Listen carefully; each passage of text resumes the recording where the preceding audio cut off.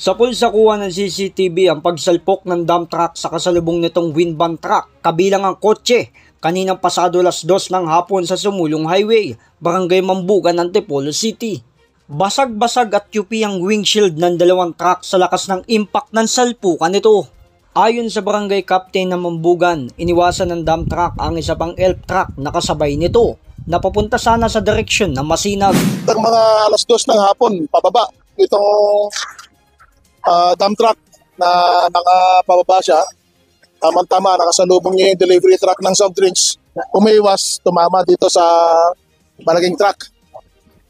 Pagdating dito, mayroon isang badya.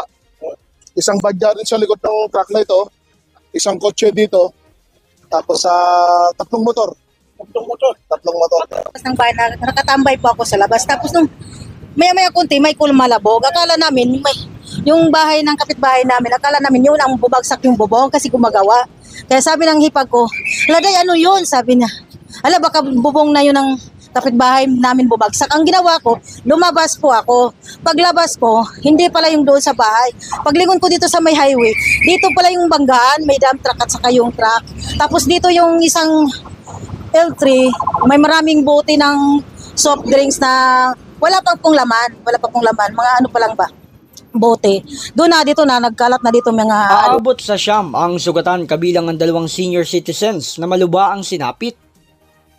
Tapos nakita ko yung driver ata yung doon sa may doon sa unahan, sa may harapan.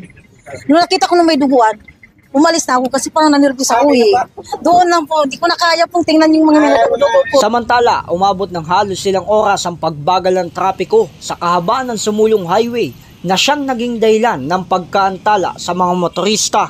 Sa ngayon, patuloy pa rin ang isinasagawang investigasyon sa dahilan ng karambola ng 10 sasakyan.